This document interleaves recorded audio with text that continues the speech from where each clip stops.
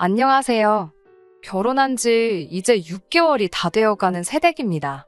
누구보다 행복해야 할 신혼생활에 시어머니가 끼어들기 시작하면서 한동안 아주 난리도 아니었어요. 제가 남편하고 결혼한 거지 남편 어머니하고 결혼한 게 아니잖아요.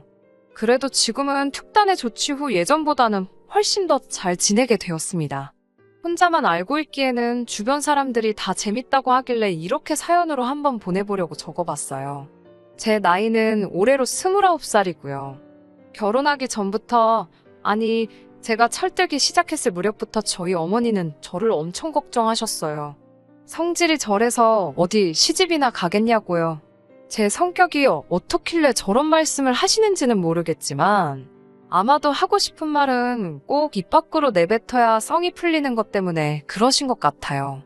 무슨 일이건 어떤 상황이건 간에 제가 한마디 해야겠다고 생각하면 일단 물불 안 가리고 내질러버리기 때문에 예전부터 크고 작은 사건들이 많았거든요. 심지어 제가 동네방네 아주 삼딱이라고 소문도 돌곤 했어요. 남편은 취직 준비하려고 등록한 학원에서 만났어요. 하라는 공부는 안 하고 연애질하다가 결혼까지 하게 되었죠. 사실 남편하고는 결혼 생각까지는 없었는데 저희 어머니께서 남편을 몇 번 만나고부터 옆에서 하도 결혼 노래를 부르시더니 너무 많이 들어서 저도 세뇌가 된 건지 어느 날엔 남편 옆에 웨딩드레스를 입고 서 있더라고요. 어머니가 남편에게서 본 최고의 장점은 하고 싶은 말 참지 않고 쏟아내는 저의 성격을 받아준 유일한 남자라고 판단하셨기 때문이에요. 사실 그동안 연애하면서도 제 연애 상대를 친정어머니에게 숨긴 적은 없습니다. 제가 만나온 모든 남자친구를 최소 한 번씩은 전부 만나보셨으니 어느 놈이 어느 놈인지 다 잘 아세요? 남편도 남자친구이던 시절에는 친정어머니께 배경이나 학교 등등의 이유로 높은 점수를 따지 못했지만 항상 높게 사는 게 하나 있었으니 그건 바로 인내심 강한 성격이었어요. 저희 엄마에게는 막무가내의 독불장군인 저희 성격을 전부 받아내주는 성격을 가진 남편이 이미 사윗감으로는 합격이나 마찬가지였어요. 그리고 그렇게 연애를 한 지 1년이 넘어갈 무렵 친정어머니를 등에 업은 남편이 저에게 청혼을 해왔고 저희는 결혼하게 되었지요. 저나 남편이나 취직한 지는 이제 고작 1년이 겨우 넘어가기 때문에 사실 결혼을 위해 모아둔 돈이 거의 없다고 봐도 무방할 정도였어요. 저는 다행히 할머니께서 집안에서 유일하게 대학 나온 게 저라면서 제 앞으로 땅을 물려주신 게 있었는데 얼마 전에 어머니가 그걸 팔아서 그 돈을 전부 저에게 주셨습니다. 어차피 시집갈 때 주려고 했던 거니 거절 말고 받으라고 하시더라고요. 물론 남편에게는 당시에 비밀로 했었고요. 남편은 모아둔 돈이 없어 꼼짝없이 시부모님께 지원을 받아야 했는데 그나마 다행인 건 시댁의 형편이 나쁜 편이 아니었던 거죠. 양가 상견례를 하면서 시어머니께서 신혼집으로 지원금 1억 5천을 보태주시기로 했고 나머지 돈은 저희가 대출을 받기로 했습니다. 상견례 날 참 하고 싶은 말이 많았는데 아무 말도 못하고 왔던 게 아직도 아니에요. 특히 집을 해주신다니 어쩐다니 말로 각종 혼수와 예단 리스트를 벌써 준비하셔서 읊으시는데 적힌 대로 다 해오면 저한테 꾸민비는 얼마나 주실 것이냐 이야기하고 싶어 근질거리는 입을 겨우겨우 참아냈습니다. 그날 제가 하고 싶은 말을 못한 이유는 딱 하나입니다. 친정어머니께서 시어머니 될 수도 있는 분 처음 만나는 자리인데 행동에 조심했으면 좋겠다 하시며 그날만큼은 아무 말도 안 하고 네 아니오로만 대답하며 다소곳하게 조용히 있기로 친정어머니와 약속을 했었거든요. 제가 입 한 번 잘 못 놀렸다간 결혼 뒤집어질 거라면서요. 그러긴 싫었지만 그래도 엄마의 간곡한 부탁인데 거절할 수 없어서 겨우겨우 할 말 참아내고 견뎠습니다. 진짜 입이 근질근질해서 견디기 힘들었습니다. 그리고 바로 다음날 남편한테 가서 말했어요. 일단 어머님께 지원받기로 한 1억 5천 받고 대출은 받은 척만 하라고요. 뭐하러 대출 끼고 결혼생활 시작하냐고. 그 돈은 제가 알아서 할 테니 그냥 어머님 모르게만 해달라고 말했습니다. 남편과는 서로 비슷한 시기에 취직해서 서로 모아둔 돈이 얼마인지 뻔히 알고 있었는데 일부도 아니고 모자란 돈 전부를 제가 내겠다고 하니 남편이 엄청 놀라더라고요.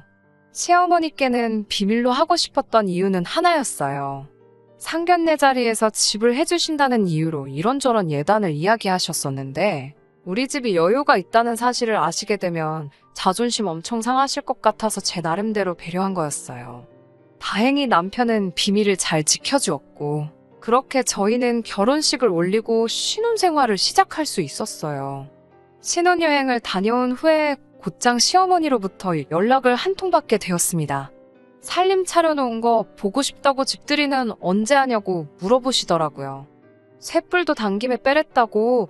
번거롭지만 어차피 해야 될 거 곧바로 날을 잡았습니다. 그리고 나서 시어머니한테서 장문의 문자를 받게 되는데요. 거기에는 집들이 날 준비하라는 음식들 리스트가 적혀 있었습니다. 며느리 요리 솜씨가 어떤가 보고 싶으니 적힌 음식을 손수 준비하라고 하시더라고요.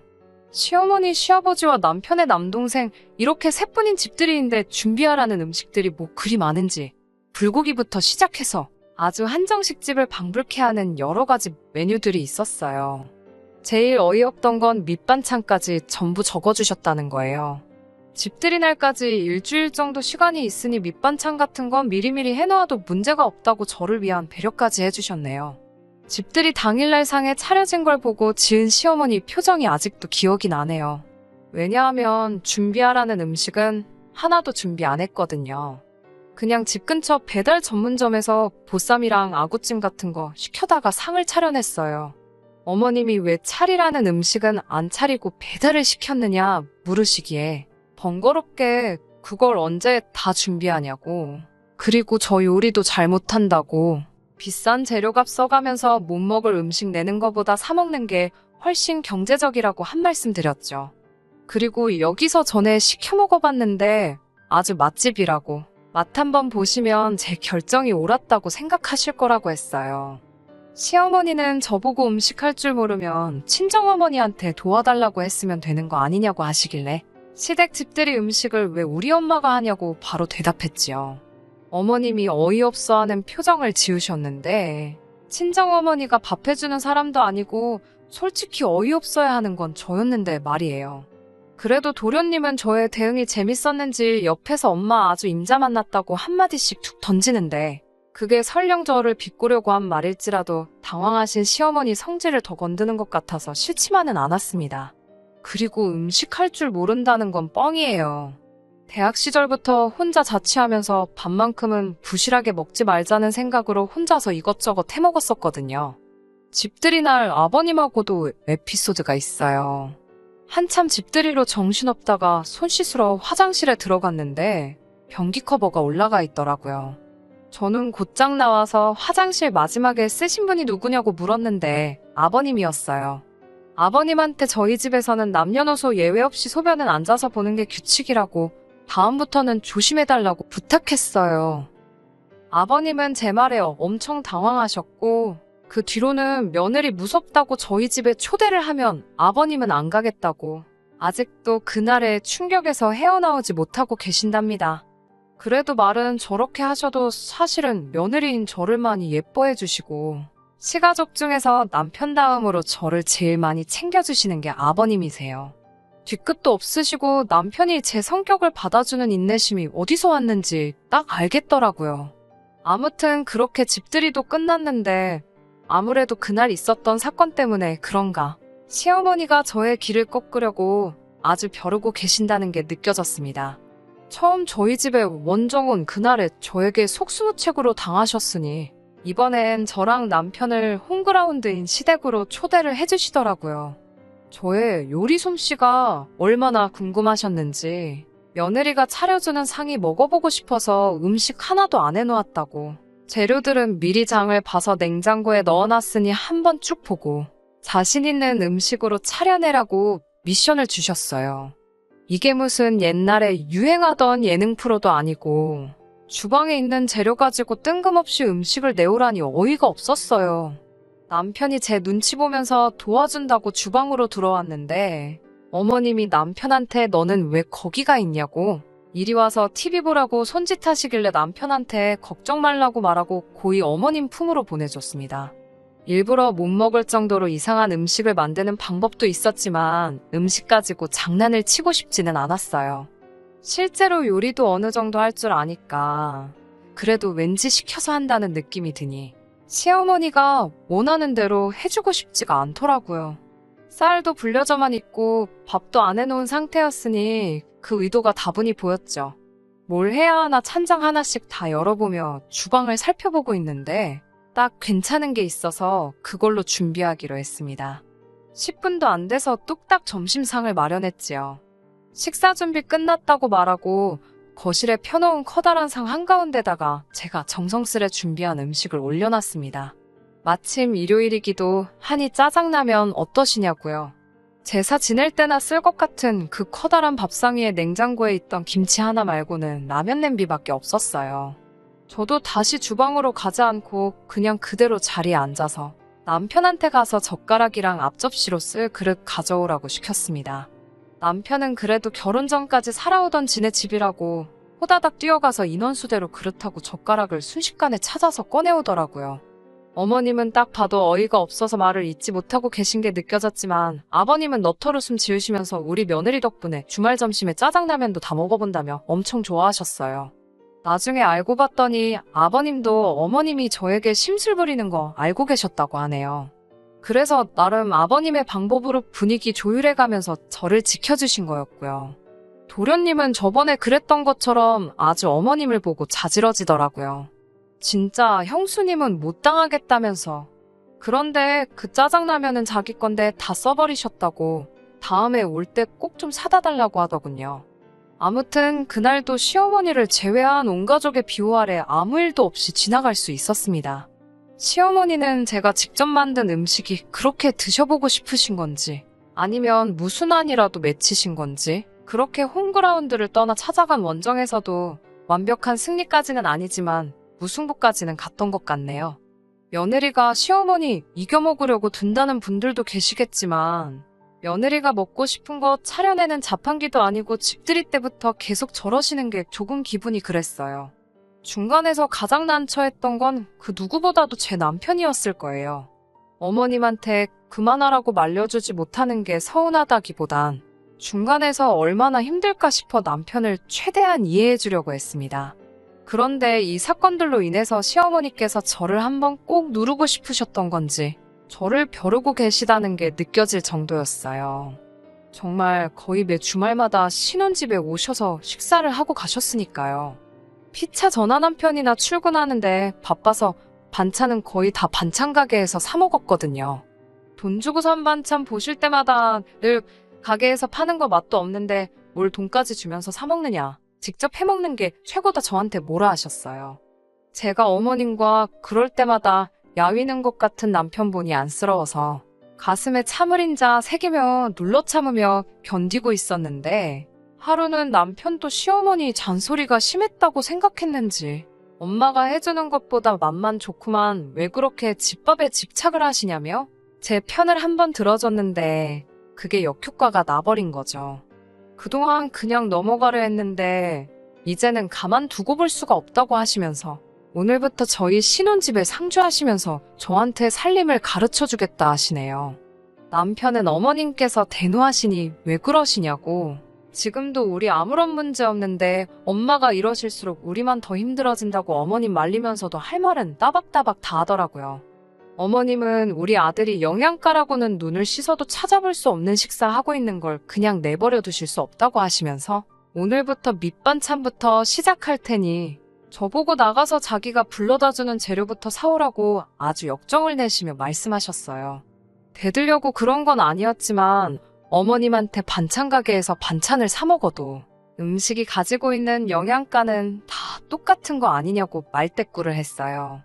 저희들 맞벌이 하면서 집에서 밥도 거의 안 먹는다고 야근이 있어서 퇴근이라도 늦게 하는 날에는 저녁도 밖에서 먹고 들어오는 날이 허다한데 재료 이것저것 사다가 더 봐야 오래돼서 버리기만 하지. 반찬 가게에서 사 먹는 게 오히려 더 경제적이라고 설명을 드렸습니다. 그랬더니 어머니가 이제 대노를 넘어서 극대노라고 부를 정도로 소리를 고래고래 지르시면서 어디 며느리가 어른한테 따박따박 말대꾸냐면서 저보고 이 집에서 당장 나가라고 하시더라고요. 어머님, 이 집은 저희 집인데 제가 왜 나가야 하나요? 이 집에 계시는 게 불편하시면 다음부터는 저희가 찾아갈게요. 하고 대답했어요. 사실 어머님한테 이 집이 싫으시면 안 오시면 되는 거 아니냐고 더 심하게 말할 수도 있었는데 속으로 눌러 참으면서 최대한 정중하게 말씀드린 거예요. 어머님은 이 집이 왜 너네 집이냐고, 내 돈 1억 5천 들어가고 은행 돈 2억 들어간 거니 저희가 대출을 다 갚기 전까지는 자기 집이나 마찬가지라고 하시는 거예요. 딱 그 한마디에 저도 이거 제가 어머님 노여움 푸시게 한다고 대답이라도 몇 번 더 했다가는 더 큰 싸움으로 번지겠다 싶은 생각도 들고, 솔직히 더 참지도 못할 것 같아서 그동안 어머님께 숨겨왔던 진실을 말해줘야겠다는 생각이 들었어요. 베란다에 가서 신혼여행 갈 때 들고 간 여행 가방을 하나 꺼내와서 남편을 향해 방금 어머님 하신 말씀 못 들었냐고, 여기 너네 집 아니니까 너부터 나가라고 말하고 가방을 던져줬어요. 남편이 제 마음을 읽었는지 가방 끌고 옷방에 들어가서 주섬주섬 자기 옷을 챙기기 시작했고요. 어머님이 남편한테 쟤 보고 나가라고 했는데 왜 너가 짐을 싸냐고 하시기에, 어머님께 이 집 살 때 1억 5천 주신 게 어머님 돈이니까 어머님 집이라 하지 않으셨냐고, 그런데 나머지 2억이 은행 대출이 아니고 실은 제 돈이었다고. 아무튼 어머님 말씀대로라면 남편은 이 집에 돈 한 푼도 안 내고 살고 있는 거 아니지 않냐고 말했어요. 그러니까 일단 집에 아무런 지분도 없는 남편부터 집에서 쫓아내고, 이제 어머님이랑 저랑 진짜 집주인이 누군지 가려보는 게 맞는 거 아니냐고 말씀드렸어요. 어머님은 몰랐던 사실을 알게 되시니 어안이 벙벙해서 눈동자에 물음표 모양이 떠 있는 것처럼 보였습니다. 저는 거기에 곧바로 아니면 어머님 말대로 제가 이 집에서 나가겠다고, 저는 이 집 그렇게 필요가 없다고 했어요. 대신에 집에 들어간 2억은 제 돈이니 제가 나가자마자 곧바로 받을 수 있게 준비해달라고 말하고, 짐 싸고 있는 남편 가방 뺏어서 이번엔 제가 가방에 제 옷까지 몇 개를 쑤셔넣기 시작했어요. 남편은 잔뜩 겁먹은 척 연기하면서 어머님께 달려가 엄마 대체 왜 그러시냐고, 결혼하자마자 이혼남 만들려고 작정을 하셨냐고 그러지 좀 말라고 오열을 했어요. 저희 어머니가 사람 하나는 잘 보신 것 같아요. 이렇게 쿵짝이 잘 맞는 사람을 어떻게 알아보시고 저의 배우자로 선택하셨는지 딱 알겠더라고요. 아무튼 저도 남편의 연기에 힘입어 더 오버액션을 하면서 짐을 꾸렸습니다. 그런데도 딱히 어머님이 저에게 따로 아무 말이 없으시길래 그 길로 싸놓은 가방 들고 친정으로 왔습니다. 친정어머니가 걱정하셨지만 아무것도 아니니 걱정 말라고, 그리고 이게 아무 일이 돼버리면 그때는 그냥 이혼해야 하는 거지 않겠냐 하니, 직감적으로 제가 뭔 짓을 저지르고 온 건지 깨닫고 너는 왜 그 성질머리를 못 고치냐고 한마디 하시더라고요. 엄마 딸이니까 그런 거 아니겠냐 넉살 좋게 대답했더니 알겠다고 너 알아서 하라고 그냥 자포자기 하셨어요. 그리고 곧바로 그날 저녁에 시어머니께서 전화로 제게 이야기 좀 하자고 시간 좀 내달란 연락을 하셨고, 밖에서 시부모님하고 남편을 같이 만나 저녁 식사를 했어요. 조금 어색한 분위기에 두 남자가 두 여자의 눈치만 보면서 안절부절 못하고 있길래 제가 먼저 말을 꺼냈습니다. 어머님께는 제가 먼저 죄송하다고 사과드렸어요. 저도 사실 일 크게 만들고 싶은 생각은 없다고. 하지만 부부는 동등한 관계여야 한다고 생각하는데 어머님은 제가 계속 남편을 떠받들어 섬기기를 원하시는 것 같다고. 그런 사람을 원하신다면 저 말고 다른 며느리를 찾으셔야지.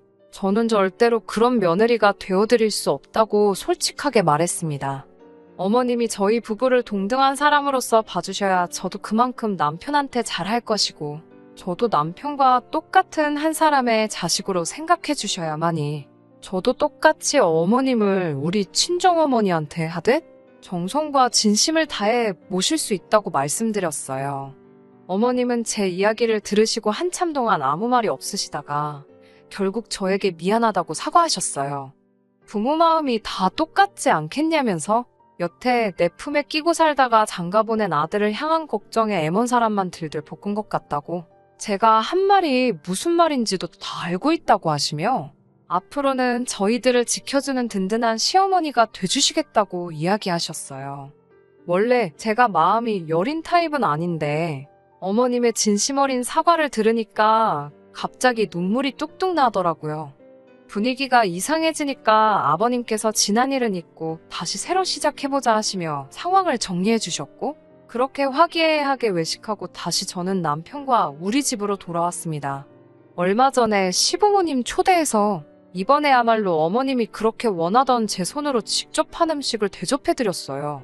집들이 때 불러주신 리스트랑 비교해보면 메인 메뉴 하나, 찌개 하나로 간소한 상이었지만 참 좋아하셨습니다.